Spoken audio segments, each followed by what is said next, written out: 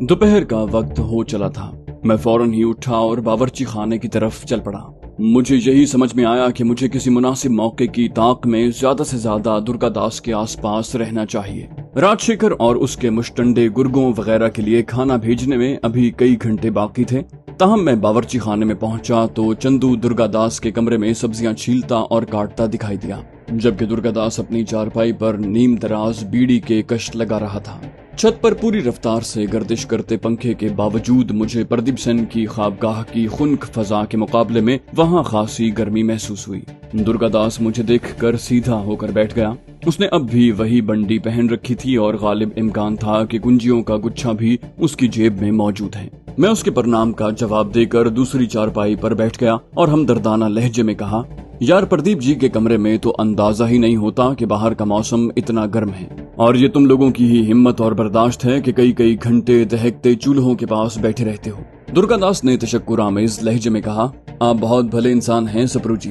प्रदीप सेन को तो शायद कभी एहसास नहीं होगा। खैर, ये तो अपने अपने मुकद्दर की बात है। मुझसे ज्यादा तो इस चंदू को मौसम की सख्ती बर्दाश्त करनी पड़ती है, मगर इसकी जबान पर कभी शिकायत का लफ्ज नहीं आया। इस गरीब के लिए तो अपना और बीवी बच्चों का 2 वक्त पेट भर के खाना ही अय्याशी लगता है। यहाँ गुर्बत और बेरोजगारी भी तो बहुत है। मैंने अपने लहजे में उदासी भरते हुए कहा, मुझे तो पूरे इंडिया में हर तरफ भूख नंग का ही दौर दौरा नजर आया है। बहरहाल ऐसा करो कि 50 रुपया रख लो, इनमें 30 तुम रख लो, 20 चंदू को दे देना, बेचारे की कुछ जरूरतें पूरी हो जाएंगी। दुर्गादास ने रकम लेने के लिए जल्दी से हाथ बढ़ाया। उधर अपना नाम सुनकर चंदू ने चौंक कर हमारी तरफ देखा। दुर्गादास ने मुस्कुराते हुए उसे तेलुगु में मेरी दरिया दिली के बारे में बताया। चंदू के मुरझाए हुए से चेहरे पर यकलख्त बहार की रुत उतर आई। उसी वक्त मैंने फैसला किया कि दुर्गादास से छुपाकर भी उस गरीब की वक्तन फवक्तन मुआवनत करता रहूंगा। दुर्गादास भी जेब गर्म होने पर काफी खुश नजर आया। मैंने उससे पूछा, दुर्गादास भैया ये बताएं, आज रात के खाने में क्या पका रहे हैं? आपके प्रदीप सेन जी तो कई दिन के लिए रुखसत हो चुके हैं। उसने पुरजोश लहजे में कहा, आप बताइए सप्रू जी, क्या खाना पसंद करेंगे? मैं वही तैयार कर दूंगा। मैंने कहा, कुछ दिन पहले कर्नाटका और आंध्रा के एक सरहदी कस्बे के रेस्टोरेंट में इमली के सालन में बनी हुई बड़ी ही मजेदार मछली खाई थी। वो बनाकर खिला दें तो दिल खुश हो जाएगा मेरा। दुर्गादास ने फौरन कहा, आप यकीनन चीपा पलोसो की बात कर रहे हैं। वो तो मैं ऐसी कमाल की बनाता हूँ कि खाने के बाद उस रेस्टोरेंट की मछली भूल जाएंगे आप। लेकिन इसके लिए आपको कल तक इंतजार करना पड़ेगा, क्योंकि मछली लेने के लिए जूनागिरी जाना पड़ेगा। मैंने सुनकर अपने लहजे में जहान भर की मायूसी भरते हुए कहा, मेरा दिल तो आज चाह रहा है, चलें कल पका लेना। शायद कुछ ही मिनट पहले मुफ्त हाथ आए नोटों का असर था कि दुर्गादास ने शर्मिंदा होकर कहा, आपका इतना दिल चाह रहा है तो चले, मैं चंदू की साइकिल पर अभी कुछ देर में जूनागिरी जाता हूँ और मछली के साथ चीपा पलूसों के खास मसाले वगैरह भी खरीद लाता हूँ। शेखर और उसके साथियों का खाना पकाने और पहुँचाने का मामला चंदू अकेला संभाल लेगा। मैंने कहा, इतनी जल्दबाजी की जरूरत नहीं है, मैं तो रात तक खाना खाऊंगा। तुम इन लोगों के खाने का बंदोबस्त करके इत्मीनान से चले जाना। खाना तैयार होने पर चंदू खुद उन तक पहुंचा देगा। दुर्गादास ने मेरी तजवीज की तायद करते हुए कहा, ठीक है, मैं सूरज ढलने से पहले वापस आ जाऊंगा और फिर आपको चीपा पलूसू पकाने का तरीका सिखाऊंगा। जाहिर है मुझे चीपा पलूसू पकाने से कोई दिलचस्पी थी और ना खाने से। मैं तो अपना मकसद पूरा करने के लिए उसे घंटे 2 घंटे के लिए वहाँ से रफू चक्कर करना चाहता था। कुछ देर वहाँ बैठकर मैं अपने कमरे में आ गया और 3-4 घंटे के बाद दुर्गादास की रवानगी का वक्त करीब पाकर एक बार फिर बावर्ची खाने में पहुँच गया। दुर्गादास ने मुझे देखकर पुरजोश लहजे में कहा, इन लोगों के लिए दाल सब्जी चावल वगैरह लगभग तैयार हैं सप्रू जी। चंदू शाम से पहले रोटी भी पका लेगा। बस अब मैं मछली लेने के लिए जूनागिरी जाने के लिए तैयार हूँ। मैंने हंसते हुए कहा, बहुत खूब, इसी मैली कुचैली बंडी में कस्बे न चले जाना। अच्छे खासे खुश शक्ल इंसान हो, अगर लिबास भी अच्छा पहन लो तो क्या हर्ज है। वो खिसियानी सी हंसी के साथ बोला, नहीं सप्रू जी, मैं इतना भी नासमझ नहीं हूँ, कपड़े बदल कर ही जाऊंगा। ये कहकर वो उठा और अपने ट्रंक से एक जोड़ा निकाल कर बरामदे के कोने में बने गुस्ल खाने की तरफ चल दिया। मैं हत्तुल इम्कान तहम्मुल से उसकी वापसी का इंतजार करता रहा। ये अलग बात है कि मैं दिल ही दिल में मुस्तरिब था। मैंने ये जो फजूल की फरमाइश उस पर थोपी है, उसका मतलूबा फायदा भी मुझे हासिल हो पाएगा या नहीं। बिलाखिर वो वापस लौट आया। धुले हुए जोड़े में वो वाकई पहले के मुकाबले में इंसान का बच्चा लग रहा था। लेकिन मेरे लिए असल काबिल तवज्जो बात थी कि उसने शायद मेरे शर्म दिलाने की वजह से लिबास के नीचे बंडी नहीं पहन रखी थी और उसे गुस्ल खाने से साथ भी लेकर नहीं आया था। मेरा दिल तेजी से धड़का।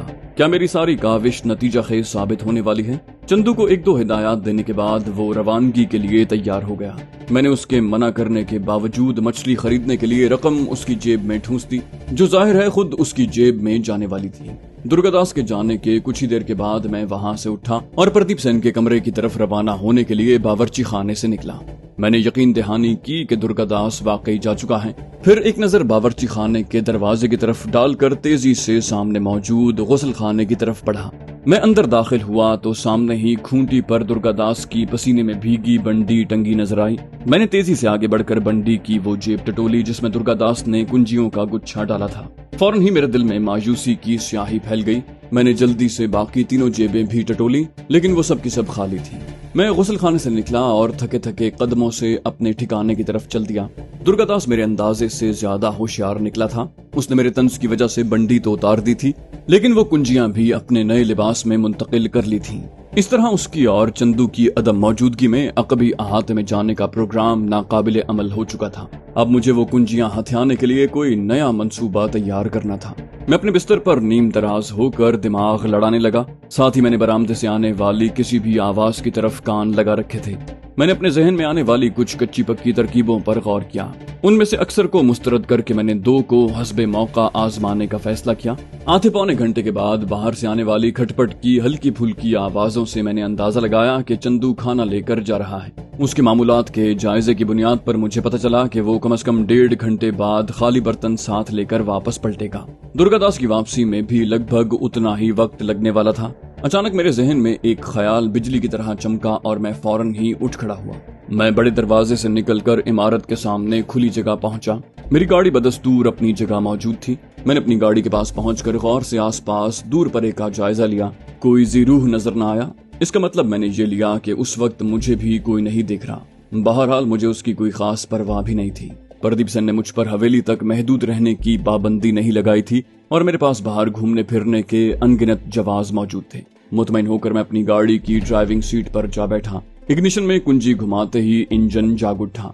मैंने गियर लगाकर इमारत के सामने एक तवील निस्फ दायरा काटा और फिर गाड़ी दाएं तरफ आगे बढ़ाने लगा, हत्ता के इमारत के कोने पर पहुंच गया। थोड़ा सा मजीद आगे बढ़कर मैं सड़क से उतरकर दाएं तरफ बढ़ने लगा। इमारत के बाद अकबी अहाते के आखिरी सिरे तक जमीन कच्ची लेकिन हमवार थी और घास भी मौजूद थी, लेकिन फिर घनी और छिदरी झाड़ियों का सिलसिला शुरू हो गया और जमीन भी नाहमवार हो गई। टायर पंक्चर होने से बचाने के लिए मैंने रफ्तार हल्की कर ली। थोड़ा सा आगे बढ़ने के बाद मेरे अंदाजे के ऐन मुताबिक एक नीम पुख्ता सड़क मेरे सामने आ गई। मैंने गाड़ी उस सड़क पर चढ़ाई और दाएं तरफ बढ़ने लगा। थोड़ा आगे बढ़ते ही उस सड़क से एक शाख निकल कर दाएं तरफ बढ़ी।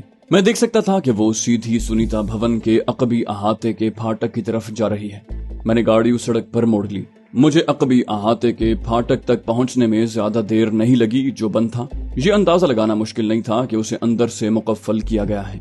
फाटक के सामने पहुंचकर मैंने गाड़ी बाएं तरफ मोड़ ली और अहाते की दीवार के साथ साथ आगे बढ़ने लगा। मैंने तखमीना लगाया कि उस दीवार की बुलंदी कम से कम 10 फुट रही होगी, जिसे फांदना या अहाते के अंदर झांकना आसान नहीं था। ताहम मैं उसी मुश्किल को आसान बनाने के लिए अपनी गाड़ी साथ लाया था। थोड़ा आगे बढ़ने के बाद मैंने गाड़ी रोक दी और फिर नीचे उतरकर कोई निगरान आंखें तलाश करने लगा। गहरी तवज्जो से जायजा लेने के बावजूद मुझे कोई इंसान नजर न आया।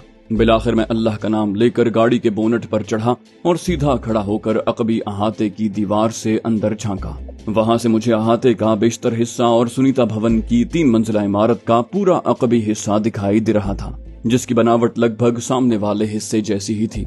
मासिवाय इसके कि इमारत के मुकफ्फल फाटक के दोनों तरफ मसावी फासले से 6 दरवाजे दिखाई दे रहे थे। इमारत के सामने के हिस्से की तरह अकबी हिस्से में भी 3 मंजिलों पर मुताद्दिद खिड़कियां मौजूद थीं, जो सबकी सब बंद थीं।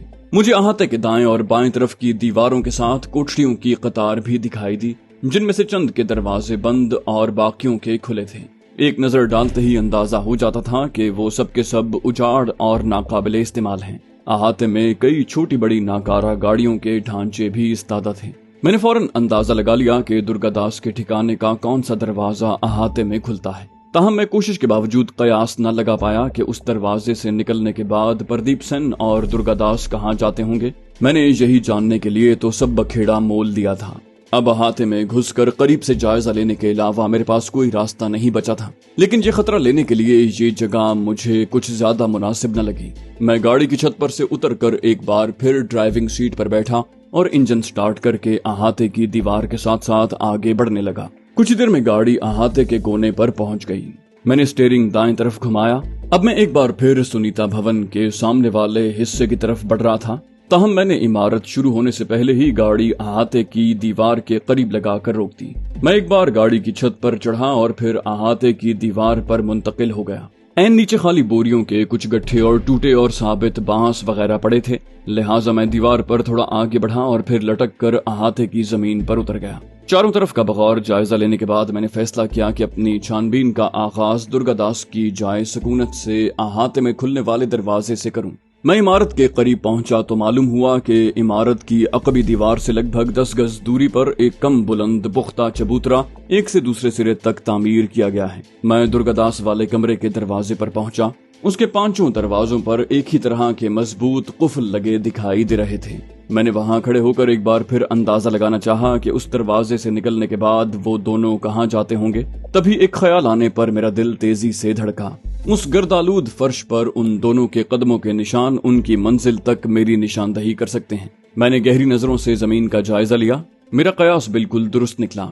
फर्श पर मौजूद गर्द में खुद मेरे जूतों के निशान काफी वाज़ेह दिखाई दे रहे थे, लेकिन मुझे प्रदीप सेन और दुर्गादास के कदमों के निशानात नजर न आए। इसकी वजह बहुत सादा थी। उस इलाके में गालिबन गर्दालूद हवा के झक्कड़ चलते रहते थे।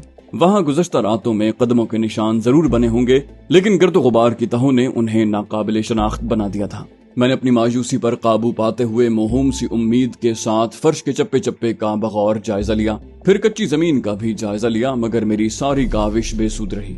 अब मेरे पास ज्यादा वक्त भी नहीं बचा था। बेहतर यही था कि दुर्गादास और चंदू के आने पर मेरी गाड़ी अपनी पहली वाली जगह पर मौजूद होती और मैं उनको अपने कमरे में मिलता।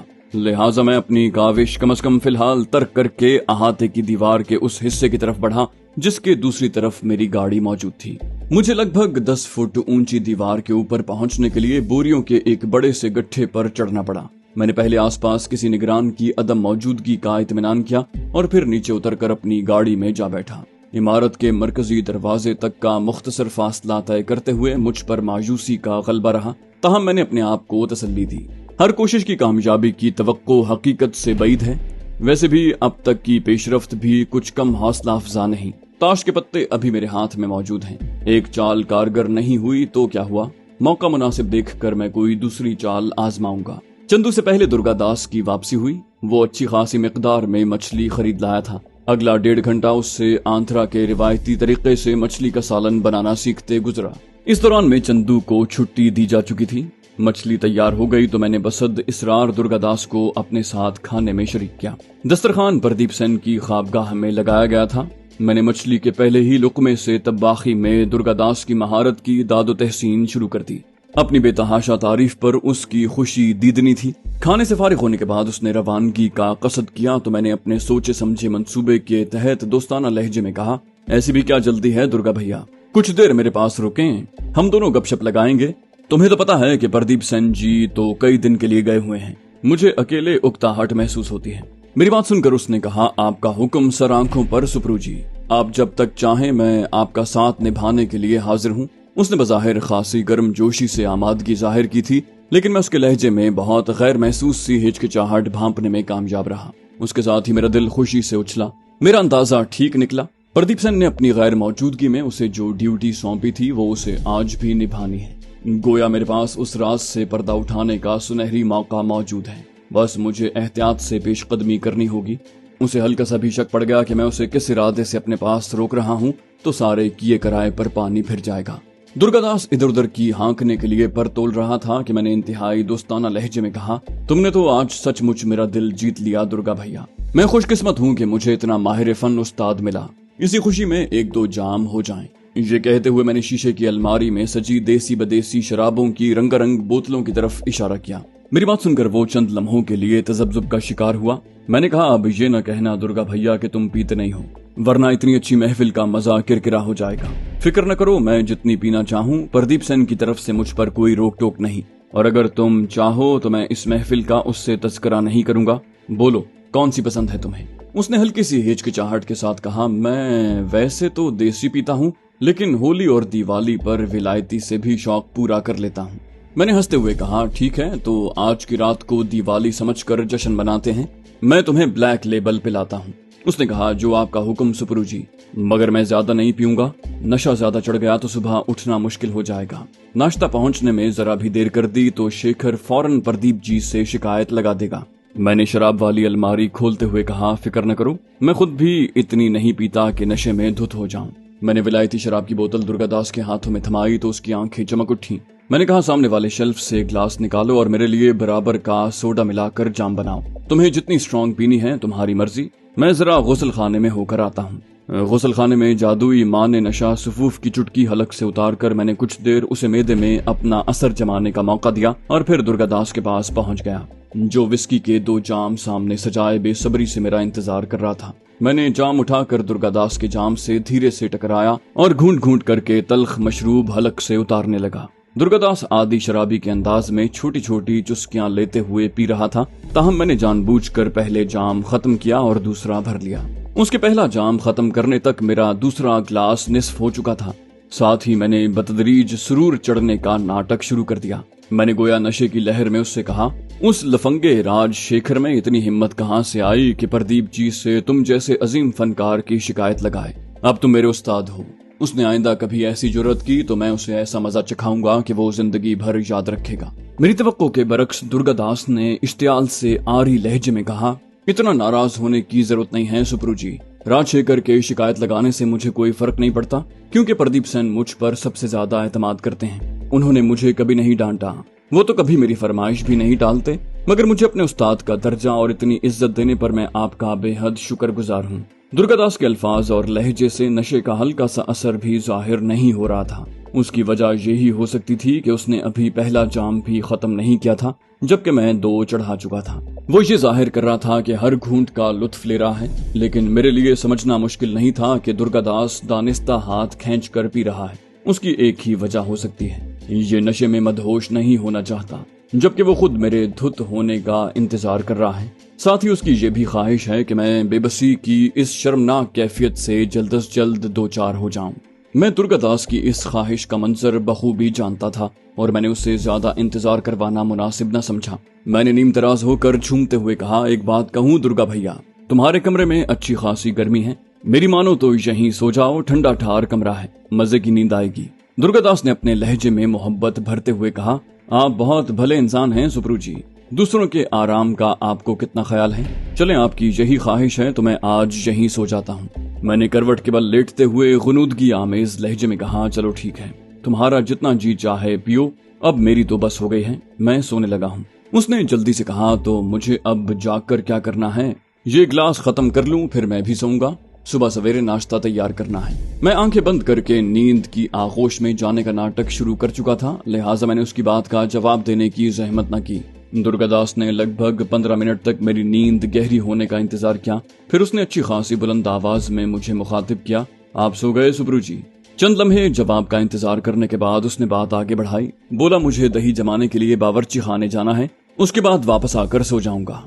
मैंने उसके ऐलान पर कोई रद्द अमल जाहिर करने की बजाय हल्के हल्के खर्राटे लेने का सिलसिला जारी रखा। मेरी नींद गहरी होने का यकीन कर लेने के बाद वो उठ खड़ा हुआ। चंद लम्हों के बाद मैंने कमरे का दरवाजा खुलने और फिर बंद होने की आवाज सुनी। मैंने कुछ देर इंतजार किया और फिर जल्दी से उठ खड़ा हुआ। मैंने दरवाजा थोड़ा सा खोलकर बाहर झांका। दुर्गादास बावर्ची खाने में दाखिल हो रहा था। मैंने कुछ देर इंतजार किया और फिर भी आवाज लेकिन तेज कदमों से बावर्ची खाने की तरफ बढ़ा। दरवाजे के करीब पहुंचकर मैंने दीवार के साथ चिपककर अंदर की सुनगुन लेने की कोशिश की। मुझे हल्की सी खटपट सुनाई दी। मैं सांस रोक के खड़ा रहा। फिर मुझे दरवाजे की जंजीर गिरने की आवाज सुनाई दी।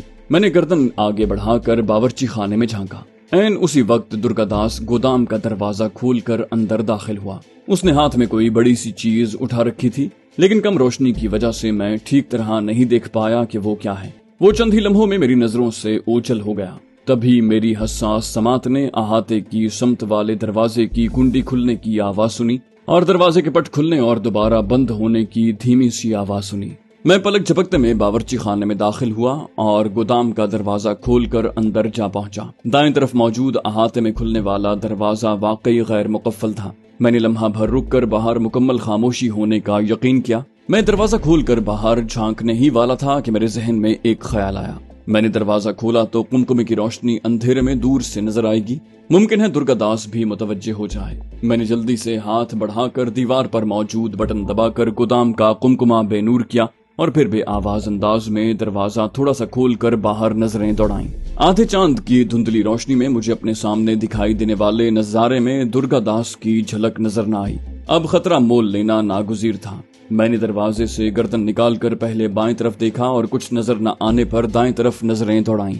तभी मुझे दुर्गा दास नजर आ गया। उसने बाएं हाथ में रोशन टॉर्च और दाएं हाथ में गालिबन कोई बड़ी सी टोकरी उठा रखी थी। वो बेफिक्र कदमों से इमारत के अकबी दाएं कोने की तरफ बढ़ रहा था। अहाते की दीवार के करीब पहुंचकर वो ठहर गया।